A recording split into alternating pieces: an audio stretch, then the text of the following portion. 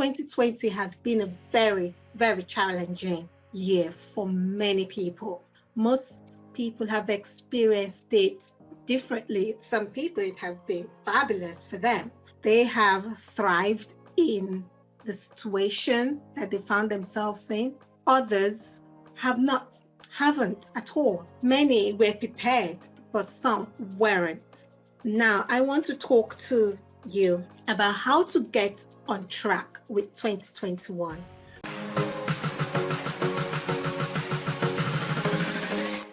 Here is a problem we are all dealing with. We are dealing with a situation in which many people, they want to lead a good life. They do want to lead a good life, but there is something that is standing in their way. They want to lead a life in which they want to live the life that they are quite comfortable with and happy about. They, every year, they have a plan of what they would like to achieve in the coming year. And this plan is one in which they've thought about it rightly. They've thought about it. They have put things in place. They've planned it all out. But then each year they find that they are not achieving their goals. 2020 has been a very, very challenging year for many people. Most people have experienced it differently. Some people, it has been fabulous for them. They have thrived in the situation that they found themselves in. Others haven't at all. Many were prepared, but some weren't. Now, I want to talk to you about how to get on track with 2021. We're moving into 2021, and a lot of people have high hopes for 2021. And so getting back on track is the right thing to do. I'll be sharing my screen with you and working you through something that I shared with one of my clients. In fact, I shared this with quite a lot of my clients. It's one of the things that we implement together. And I created this because I found that many people with good intentions choose to set goals. You see, I'm not using the word resolutions because a lot of the people that now work with me know that making resolutions is not well, the right thing to do. And now they set themselves goals that they want to achieve, different types of goals. But I found out that the goals that they were setting, they weren't really setting it correctly. And not many people know how to set goals, real goals. They don't really know how to set that. So today I'm going to be sharing with you some of the tips and the way that I actually set goals that I achieve every single year. That no year comes to me as a surprise, really, because I am always ready and prepared, and I'll be sharing that with you. So, do you find yourself frustrated about this? Setting goals that you're not achieving year in, year out, and you're wondering something is wrong with me? Nothing is wrong with you. You just need perhaps a little tweak here and there to help you out. And I'll be sharing that with you. So I'm going to be sharing my screen with you and walking you through the templates that I use. Don't worry, you're going to get a copy of this template.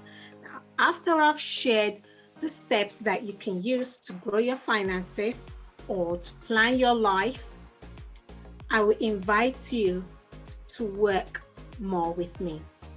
And I've got something special for you, especially if you stay to the end. And thank you so much for joining me. My name is Gospel Edward Filia, and I help you find clarity in your goals and dreams, helping you to achieve far much more than you could ever thought achieving if you had done it all by yourself. See me as your personal transformational coach. helping you to grow your finances and have a positive money mindset. A little bit about me. My background is actually in the pharmaceutical industry.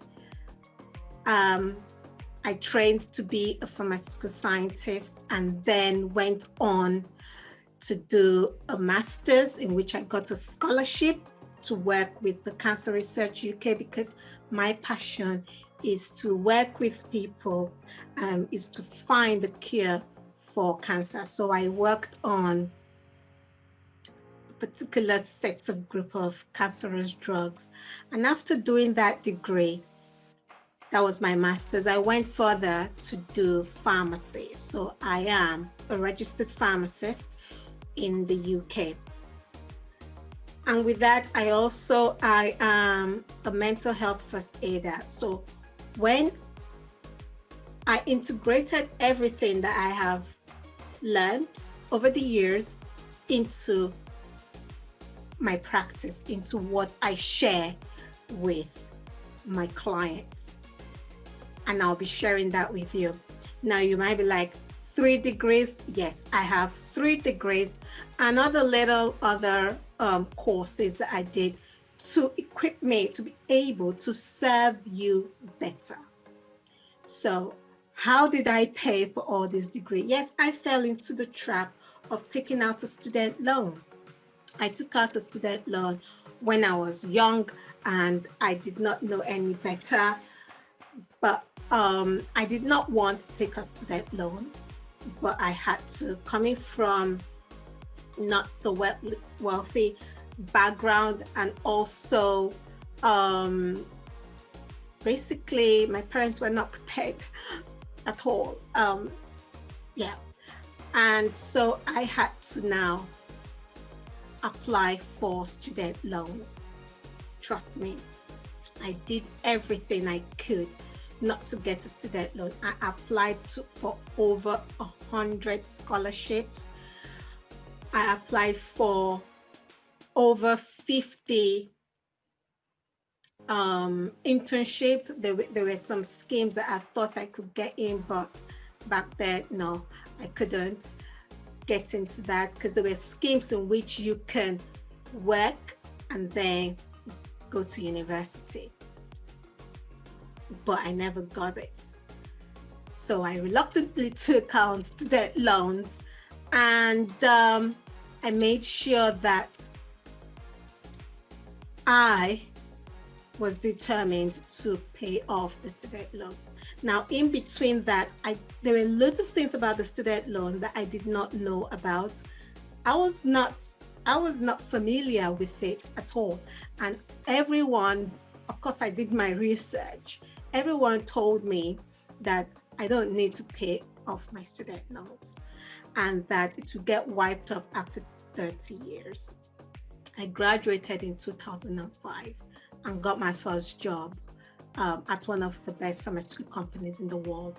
And I started working there, and then I thought I need to develop my skills more, and I got a scholarship to do my master's in drug discovery. So I did that at the University of London with a scholarship with the Cancer Research UK. After that, I then worked in London. I worked in London in a pharmaceutical company, and then decided to work for a university. And then I found that it was my opportunity to be a pharmacist, and I took that on. Now, I had already had a student loan. So in the rule in the UK, when you've applied for a student loan for your first degree, you cannot apply for another loan. So I had to cough up over £20,000 for my pharmacy degree. How was I going to do that? I had planned the work that I was doing, everything that I was doing. I was saving a lot of my money because I had a goal to be a pharmacist. Now, I was fortunate in that when I chose to start paying off my student loans in 2006, I started to do a lot of things. And I'll be sharing some of the things that I did with you. So let's get on with today's show. Okay, so now let's look at this. Vision 2020 and beyond. This is seeing things in a different way. That is why I chose to name it Vision 2020 and beyond. Now, Vision 2020 and beyond, that verse is one of my favorites. Write the vision and make it plain on tablet. So our tablet is our notebook, right? That he may run who reads it. Habakkuk 2:2 from the King James Version. I love this verse because it clearly states that your vision, your goals, your dreams should be written in writing. Note them down. Now, this notebook is where I put a lot of my ideas, my dreams, my goals in this notebook. I've got quite a few of the notebooks and I write that down. So our focus for Vision 2020 and beyond is for us to write down our goals. And the way we're going to do this is I'm going to be talking about 3 frameworks. You think about your desired future, your key results, and your monthly and quarterly goals. I recommend that you do this, you set goals on specific areas of your life. Don't go too crazy setting loads of goals. I'll walk you through how to do that. And it should be a SMARTY goal. That is what your goal should be, a SMARTY goal. Now, your goal should be specific. We all know that. It should be measurable. It should be achievable. It should be realistic. Now, this R part. Sometimes I teach on the SMARTY goals and sometimes I teach on the SMARTY goals. With the SMARTY goals, your goal should be realistic. Your goal should be time bound and it should be your goals. You've heard this all before, the SMART goals, but I want to teach you about the SMARTY goals and I'll be injecting some of the SMARTY goals into it. With the SMARTY goal, the ER, which is very key, the ER is you need to evaluate your goals and it should have a little bit of risk to it because you don't want to just be chilling in your comfort zone, right? You need to be in the habit of trying to stretch out of your comfort zone.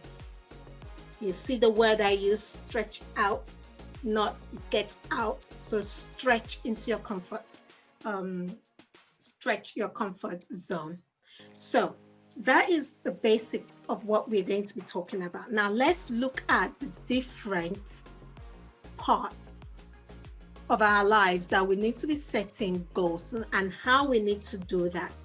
So the first one, well, I'm a financial coach, so we're going to be talking about financial part of your life. You're going to have this template. You can print it out and brain dump all your dreams, the dream that you want for your life. Think to the future you. Think about the future you, because look, You need, whenever you're setting plan and everything, you're not really setting plan for yourself now. You're setting plan for your future self, because whatever you do now will affect your future self. And if you make good plans now and you work towards them, your future self will be very grateful. So I always recommend my clients to always think about their future self as well. Whenever they're doing anything, think about your future self. So your future self now is brain dumping, financial goals.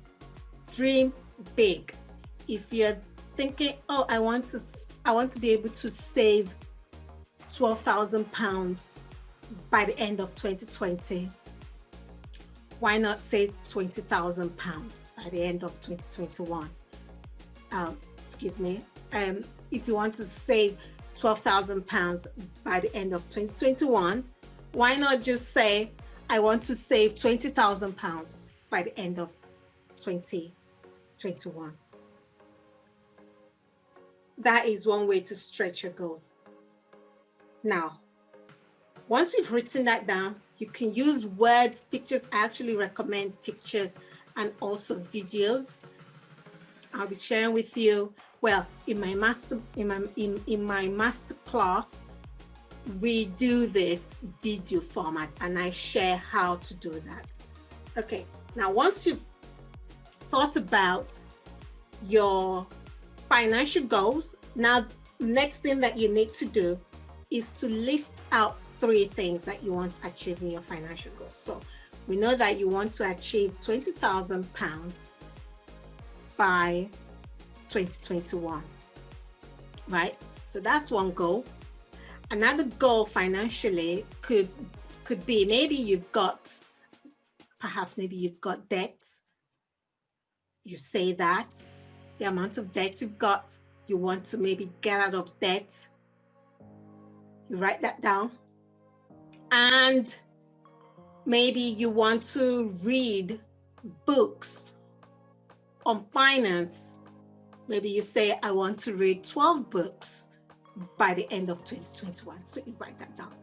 3, only 3 goals. 3. Then you list out the habits that you want to now start implementing for you to achieve those goals. So your habits, maybe to get out of debt, maybe you now start thinking, okay, maybe I need to eliminate certain things. I need to stop doing this, need to stop doing that, or I need to maybe start doing a side hustle, something like that. Maybe you say every Friday, I'm going to get a second job so that I can pay down my debt. Another habit will be, I will be saving £100 every month towards my goals. You got to calculate how much you got to save to be able to get £20,000. Now, this is just numbers that I'm saying, but okay, if we're going to make it like super duper realistic, let me just give you a scenario. So let's say you work and your take-home pay is £2,000, right? Okay, and then you want your goal to be that at the end of 2021, you want to save that £12,000, right? Okay, so you know that you're going to have to be saving about £1,000 every month to get to your goals. So half of your paycheck is going towards saving. And remember, you have debt. If you have debt, I don't recommend you saving. You got to clear out your debt first. So you might say, okay, in order for me to be able to still achieve my £12,000 goal by the end of 2021 and still pay down my debt or my debt by 2021, how much debt do I have? Maybe if you have £5,000 worth of debt, so you say, okay, half of my paycheck is going towards saving for my savings, right? So now £5,000, I need to find out where I'm going to get the £5,000. So you might say, okay, let me start a side hustle in which I can make £5,000.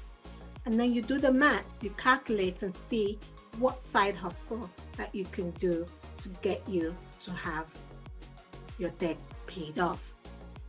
So you now say, okay, I have to be waking up X hours, put that as a habit of successful people. They wake up at a certain time. They are consistent with everything that they do. Those are habits. You might say, okay, what are these habits? You want to implement them. Choose 3 that you want to do for your financial life. How are you going to get there? You might think, okay, I might want to have an accountability partner that will help me out. Or you might say, I want to watch YouTube videos. You might have that. That's how you're going to get there. Or you might be like, okay, I need to talk to my bank about, can we make a deal or something? Or to the people that you owe the money to, talk to them to see how they can help you to either reduce the debt that you have or come to some form of agreement so that you can achieve your goal for 2021. Can you see that's how it works? What you can do. So now you write down your why. In this section, write down your why. You want to actually achieve your desired future. So to have £12,000 in the bank and pay off your £5,000 worth of debt. No, what of debt? You write that down, right? And then you now do your goals and your habits. Now the process, this is where you consider the systems that you will need to put in place for you to achieve your desired future. So what do you need to get there? I stay hinting on this one. Watching YouTube videos, you come up with 5 things. You come up with them and then you list them all out. And then how will you achieve it? You write that down. Come up with 5 things. Now you might not come up with all the 5 things all at once, but at least write 3 things down initially. Write 3 things down. As the time goes by, more ideas will be coming to your mind, and then you write that down. Where do I need to go to get help? This is where I was talking about. You might want to get an accountability partner, or would be a good opportunity for you to get a financial coach that will help you to achieve your goals. Make you see what you're not seeing, right? That is one of the beauties of having a financial coach. Who do I need to help me to get there? You answer that question, and then why do I need this? You write that down. In your career as well, you do exactly the same thing. You picture your career, where you want to be, where you see yourself in the future, and you walk through the list exactly as it is, step by step. That is one way that this is something that you can do. Now, the third one is your health. You do the same thing for your health. Your spiritual life, you do the same thing for your spiritual life. Your family life, you do exactly the same thing for your family life. And your personal development, you do the same thing for personal development. Now, personal development sometimes is one that people kind of struggle with. They don't know what that is. But personal development is like the books that you want to read, the workshops you want to attend, CPD, things like that. Personal development is the side hustle that you want to do. Do you need training for that? Because look, even when you are on the journey to getting out of debt or growing your finances, like I prefer to say, there are so many skills you get to learn, so many skills you get to learn. And those skills, you can monetize them. So think on what you would like to develop in you. And now social, do you want to still carry on keeping in touch with friends? Do you want to keep, hanging out with people, going to theaters, cinemas, things, places like that? You write all of that down. You just visualize how you want your life to be. Now, let me share with you. So we'll pause here, and then I will share with you my own experience. My experience when I became intentional about getting out of debt and remaining debt-free. What I did was I chose to learn as much as I could about finance. And I did that by volunteering my time to help people get out of debt. That is what I was doing. And I'm so glad I took that decision and I started to do it. One thing that I did learn from taking that step to get out of debt and remain debt-free, and doing that by helping other people, I learned a lot of things. I learned how to manage myself. I realized that I am the CEO of my own life. Everything I had to manage, including my money. That made me to now seek ways to improve my life in all those aspects. The bits that I have shared with you, those were the bits that I chose to work on. And now it's one of the bits that is the one that you can work on for now, right? Start off with that bit and master it. I had a side hustle. I actually had 5 side hustles. It was real. It was real. Because I hated my student loan debt. I hated it with a passion, and I just wanted to get rid of it completely. You have to get to a place where you're sick and tired of being sick and tired of being in debt. Because when you're not sick and tired of being in debt, guess what? You're going to carry on being in debt. You're going to carry on looking for excuses and reasons to get back into debt. You're going to look for reasons to not grow your finances. There were days that I was so tired and I just wanted to just not even go and do anything. But I remember how I felt when I saw my student loan statement.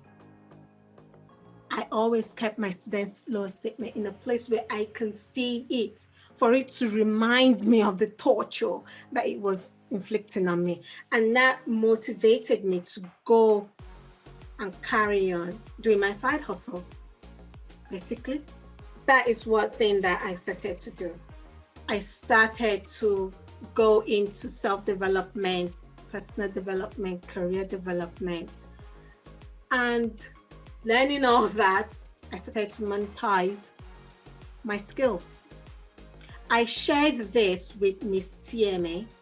Miss TMA came to me. She was a lady that she was very similar to me, actually. she did what society wanted her to do, get the job, go to a good university, she did that. She got a job. After getting the job, she got married, and then she had children, started having children. But before all that, she was living the good life. After she finished university, she got a job, a good job in London, and then she was making good money, and she was budgeting her money. She was allocating her money to the right things. She would go out to nice restaurants, travel, go on cruises with friends, family. She was enjoying her 20s, of course. She worked hard. She needs to do that. But then every time she will come back and she will see her bank statement in the red, overdraft. It was just stressing her out. She could not understand how she can be making good money, budgeting, but then getting overdraft. It was perplexing to her. Perplexing. She didn't understand it. Why is that happening to her? She didn't know what to do. So Miss TMA, she contacted me. She was actually in hospital when she contacted me. She was having she had a breakdown. And in her hospital bed, she kept thinking about her life and wondering what she's done with her life. She's done everything that university, that society actually wanted her to do. She went to university, she got a job, she's working her way up the work career ladder. She did everything right. She got married. So why is she going through this traumatic financial situation? She had enough, and she reached her stage of saying enough is enough. That's it. So she, like many people will do, they will set goals for themselves. And she wanted to be out of debt completely and not go back into debt again. So she contacted me, and I shared with her what I'm going to share with you now. So you're getting an extra bonus information from me today. I shared with her things that she should consider doing and implementing in her life. And she hired me as her coach, and we worked together. And this is what we did together. So Miss TMA, okay, hopefully it should settle. So Miss TMA, excuse me, Miss TMA chose 3 areas that she wanted to improve in her life. And I'll be talking to you about the financial area of her life that she wanted to improve. I recommended that she take stock of her life and write down the 3 areas. So she wrote down the financial area as one of it. And you can do this. I can send this actually to you. This is one of the materials that you will get when you join the masterclass, when you join the master coaching that I will be sharing with you later on. Now, once she did that, then I encouraged her to take 10 minutes to spend on each of those areas and answer these questions. Now, some of these questions are a repeat of the other questions that I shared with you, but in a more concise way. So, why do you want to improve in the area?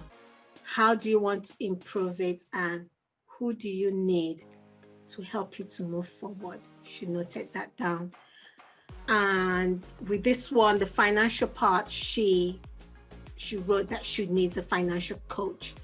And so that's when she chose to now hire me to help her to achieve that goal. So she did that. Remember, you choose 3 areas of your life that you want to focus on. So with the financial part, she got her, I mentioned that she needs to find her bank statement for the last 3 months. Last 3 months, note down how much she was bringing in and how much she was spending. You got to do this. You write that down. So I have included the templates for you to use And then I encouraged her to write her net worth, to figure out what her net worth was and write them down. What is her asset and what is her liability? We don't have enough time to go into what each of them means. Some things that you might think are assets are not actually assets, because you have productive assets and then the assets are not really that are liabilities really disguised as assets. We don't have time to go through that. Now, get yourself a folder where you put all your financial documents, because you need to now start being intentional and organized with your financial life. So you create a system. This can either be the folder, physical folder, where you put all your receipts, your statements. If you still get statements hard copy, you do that. Or if you're more digital, you open, a Dropbox or a Google Drive and open folder, label that financial documents, or you might have both and do both like that, okay, and list them out. Then now we're looking at spending. We start looking at how she spends her money. There are different, the source spending plan, type framework. Because when you are creating your yes plan, you have 3 things to consider. Work out your income and your spending, then you can create your yes plan. Your standard spending, so your 4 walls, make sure that that is sorted. Optional spending, one-off spending, so Christmas, birthdays, you list those down. Now, if you've got apps, you list out all your apps, how much you pay for your apps, the emails you want to keep, and then the rest you unsubscribe from them. You do that. So you review all your emails, all your app subscription, you review that. Then now you create yourself money rules. This is something that I encouraged Miss TMA to do. Create money rules. Money rules really does guide you. Having money rules really does help you.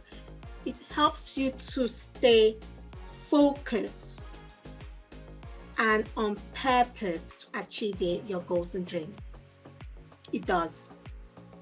And I encourage you to also do the same thing. So examples of money rules that Miss TMA came up with included things like, for example, she said, no more spending on credit. Not at all. She stopped getting herself into debt. That is the number 1 thing that you actually need to do. And overspending, if she overspent money in a particular category, she made sure that she underspent in another category. and she had like a spending sheet that you can have as a hard copy or you can have electronically, and then she'll just quickly note how much she spent in doing that. Another rule was home food good for wallet. That was one of her rules. So you come up with your own rules. I encourage you to do that. For 2021, now is a good time to come up with good foundation for you to get to the next stage, for you to achieve your financial goals. This you can also apply to other areas of your life. You can do this. I'm wishing you ongoing success.